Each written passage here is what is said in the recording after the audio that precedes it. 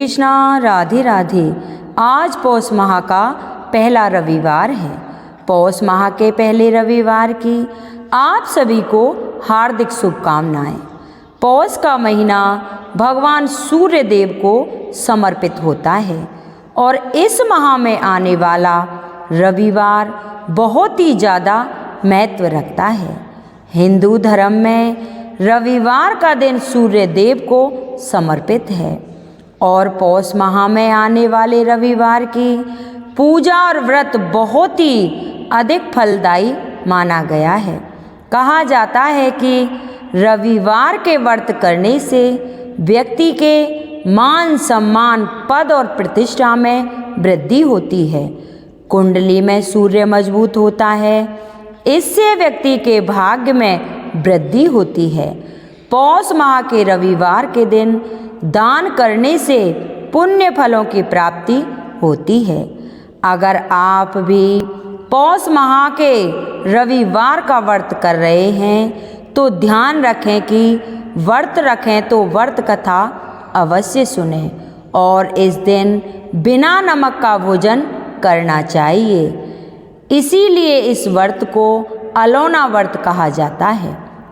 तो आइए भगवान श्री सूर्य देव का ध्यान करते हुए शुरू करते हैं रविवार व्रत कथा। कथा प्रारंभ करने से पहले सभी माता बहनों से अनुरोध है कि कमेंट बॉक्स में सूर्य देव की जय अवश्य लिखें। बोलो सूर्य देव भगवान की जय हो। एक गांव में एक साहूकार रहता था। उसके कोई संतान नहीं थी, लेकिन वह इस बात को बिल्कुल भी महसूस नहीं करता था। एक दिन वह सुबह सवेरे घर से बाहर गया तो उसने देखा कि एक किसान खेत में अनाज बोने के लिए जा रहा था।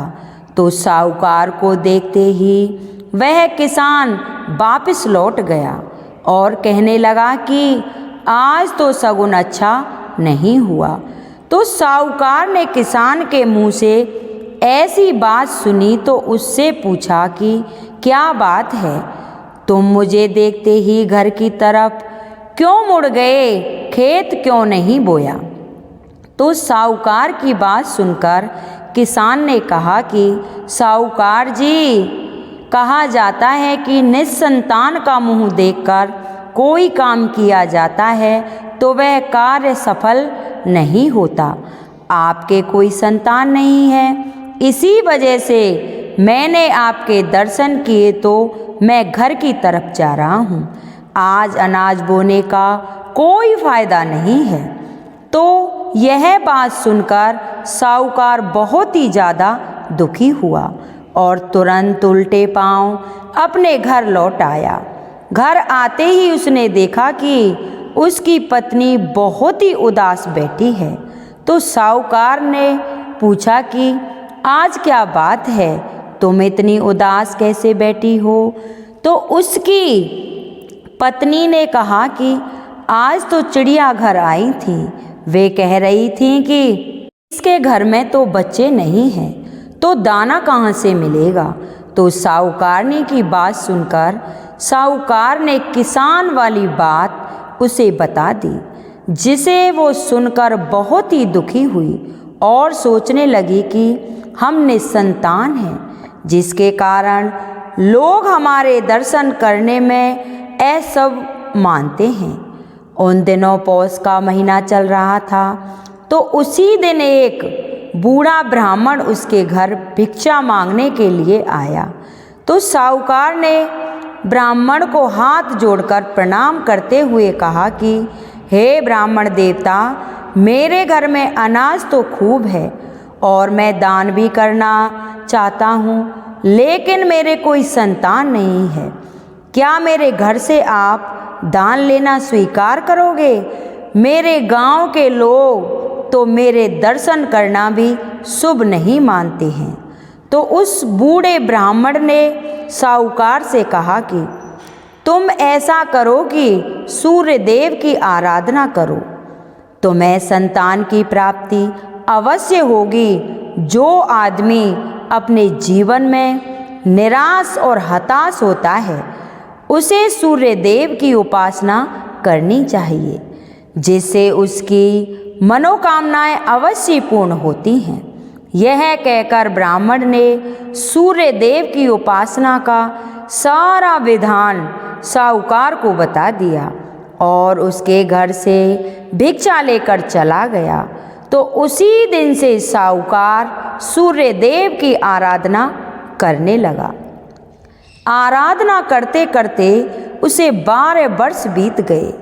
तो इस तरह साहूकार की कड़ी तपस्या को देखकर राणा देव ने सूर्य भगवान से कहा कि भगवान, अपने भक्तों की पुकार क्यों नहीं सुनते हो?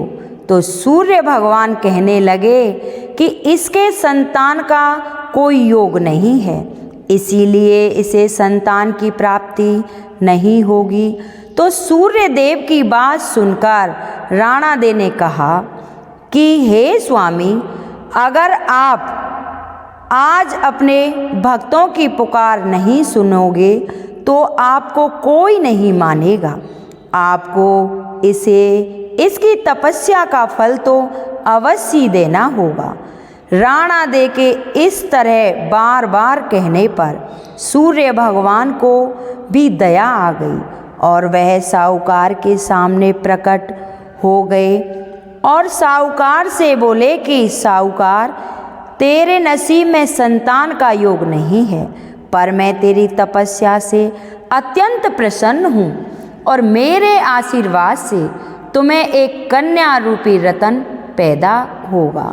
तो साहूकार सूर्य देव की बात सुनकर बहुत ही खुश हुआ और जल्दी से घर आकर उसने अपनी पत्नी को सारी बात बताई। धीरे धीरे समय बीता और 9 महीने बाद साहूकार के घर एक कन्या ने जन्म लिया। कन्या बहुत ही सुंदर थी। जब रोजाना कन्या को नहलाने के लिए नाहिन आती तो जैसे ही वह साहूकार की बच्ची को नहलाने लगती तो उसके मुख से हीरे मोती गिरने लगते, जिसे वो नाहिन लेके चली जाती। इसी तरह 1.25 महीना बीत गया। तो एक दिन साहूकारनी की पत्नी ने नाहिन से कहा कि अब मैं बिल्कुल ठीक हूँ, मेरी 1.25 महीने की हो गई है, अब से इसे मैं नहला दिया करूँगी, तुम मत आया करो। तो नाहिन बड़े ही उदास मन से वापस चली गई। लेकिन साहूकारनी जैसे ही अपनी बेटी को नहलाने लगी तो बच्ची हंसने लगी। जैसे ही वो हंसी तो उसके मुख से हीरे मोती गिरने लग गए। तो साहूकारनी को समझने में देर नहीं आई और वह समझ गई नाहिन ने तो खूब हीरे मोती इकट्ठे कर लिए होंगे, वो तो 1.25 महीने में खूब धनवान हो गई होगी। तो साहूकारनी ने यह सारी बात साहूकार को बताई। वो दोनों बहुत ही खुश हुए और वह सोचने लगे कि हमारे घर में तो इस तरह धन ही धन इकट्ठा हो जाएगा। तो समय के साथ वह कन्या धीरे धीरे बड़ी होने लगी। तो उसके माँ बाप ने सोचा कि कन्या की शादी तो करनी है, लेकिन ऐसा करते हैं कि घर जमाई रख लेते हैं, जिससे बेटे की शादी भी हो जाएगी और बेटी ससुराल भी नहीं जाएगी। तो उन्होंने एक गरीब लड़का उसके साथ उसकी बेटी का विवाह कर दिया। अब उस लड़की की माँ रोजाना सुबह उठते ही अपनी बेटी को उठाने को आती और उसका मुख देखती तो उसकी बेटी अपनी माँ को देखकर हंस देती, तो उसके मुख से हीरे मोती गिरने लगते। तो माँ उन्हें उठाती और वहाँ से चली जाती। यह रोजाना इसी तरह करती। यह सब कुछ देखकर उस लड़की का पति बोला कि तुम्हारी माँ तुम्हें रोजाना सुबह उठाने के लिए आती है, तो मुझे अपने आप मैं बड़ी गिलानी होती है। आप अपने आप उठ जाया करो। वह तुम्हें सुबह उठाने के लिए आए, यह मुझे बिल्कुल भी अच्छा नहीं लगता। दूसरे दिन उसके पति ने उसके माँ के आने से पहले ही उस लड़की को उठाया, तो जैसे ही उसने आंखें खोली और मुस्कुराई तो उसके मुख से हीरे मोती बिखरने लगे। तो वह तो समझ गया कि सासू माँ इसका मुंह देखने के लिए क्यों आती है, पर उससे कुछ भी नहीं कहा। थोड़ी देर बाद में लड़की की माँ आई तो उसे हीरे मोती वहाँ पर नहीं गिरे मिले, क्योंकि तो उसके जमाई ने उठाकर पहले से ही कहीं पर रख दिए थे। उस लड़की की माँ समझ गई कि जमाई को पता लग गया है, तो उसने सोचा कि पता नहीं जमाई जी क्या कहेंगे। यह सोचकर उसकी माँ के मन में कपट आ गया। उसने एक आदमी को अपने जमाई को जान से मारने को कहा और उसे भेज दिया। उस आदमी ने जमाई को मार दिया और उसका सिर लाकर उसकी सासू माँ को दे दिया।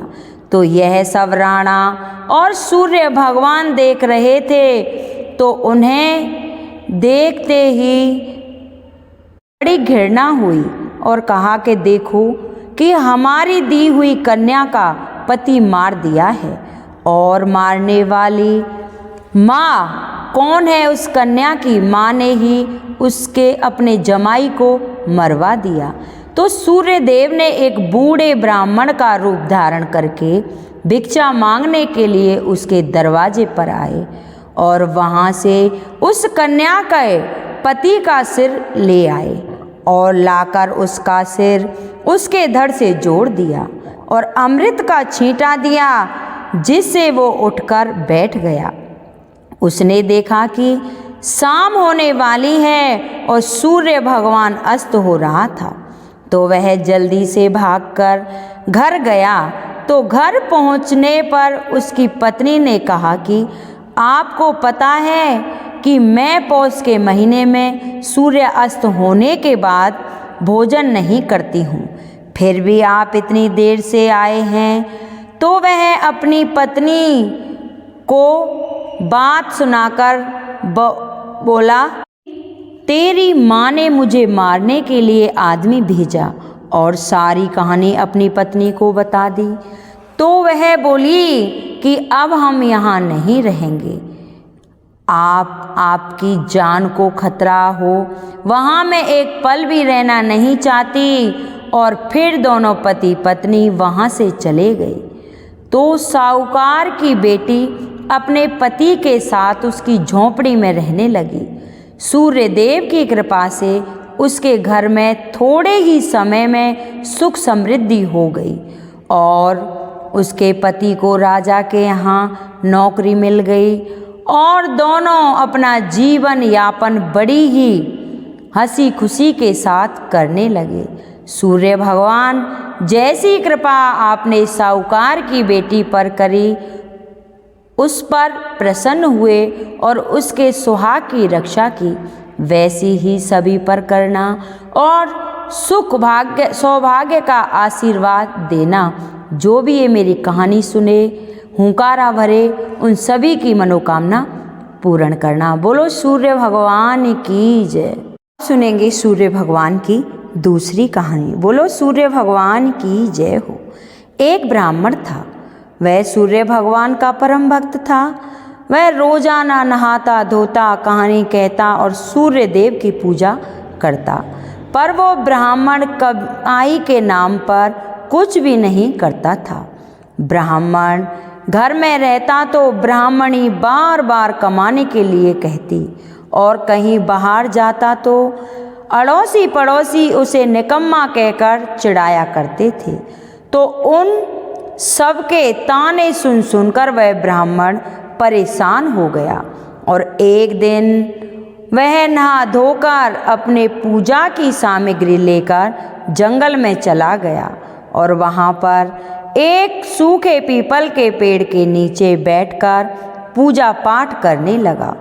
पूजा पाठ करने के बाद में सूर्य भगवान की कथा कही और वहीं पीपल के पेड़ के पास एक सूखा तालाब भी था।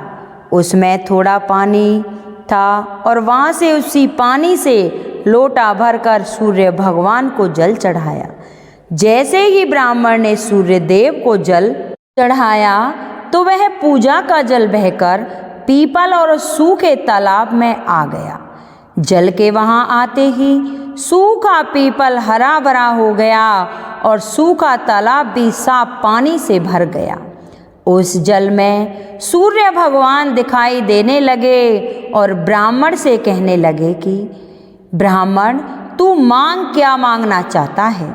तो ब्राह्मण ने यह सुना तो वह तो डर गया और सोचने लगा कि पीपल में लगता है कोई भूत रहता है। तो रोजाना भी वह पूजा करता तो उसे वही आवाज़ आती। तो सुन सुनकर चिंता के कारण वह ब्राह्मण तो बहुत ही दुबला पतला हो गया। तो एक दिन ब्राह्मणी ने सोचा कि ब्राह्मण को गए हुए कितने दिन हो गए हैं, चलो आज जाकर उनकी खोज खबर लेकर आती हूँ। यह सोचकर ब्राह्मणी भी जंगल में आ गई। जैसे ही ब्राह्मणी ने ब्राह्मण को देखा तो वह आश्चर्यचकित हो गई और पूछने लगी कि आपको ये क्या हो गया है, आप इतने दुबले पतले कैसे हो गए हैं। तो ब्राह्मण ने सारा हाल बताया। तो ब्राह्मणी ने ब्राह्मण की सारी बात सुनकर कहा कि आपके जल चढ़ाने के बाद ये आवाज़ आती है तो मुझे लगता है कि सूर्य भगवान स्वयं आते हैं। कल अगर आपको फिर से वही आवाज़ सुनाई दे तो सब कुछ मांग लेना। तो ब्राह्मण ने कहा कि कैसे मांग लूँ, मुझे तो कुछ मांगना ही नहीं आता, तुम ही कुछ बता दो, मैं तो भूल जाऊंगा। तुम मुझे कोई ऐसी तरकीब बताओ जिससे कम शब्दों में ज़्यादा मिल जाए। तो ब्राह्मणी कहने लगी कि तुम इस प्रकार कहना कि नौखंडे के महल के अंदर सोने के पाले में पड़पोते को दास दासियों द्वारा खिलाते अपनी आँखों से देखूं। इस प्रकार लंबी उम्र, महल, बेटे, पड़पोते, बहुएं, धन सब कुछ मिल जाएगा। तो ब्राह्मण सुनकर कहने लगा कि मुझे तो समझ में नहीं आया।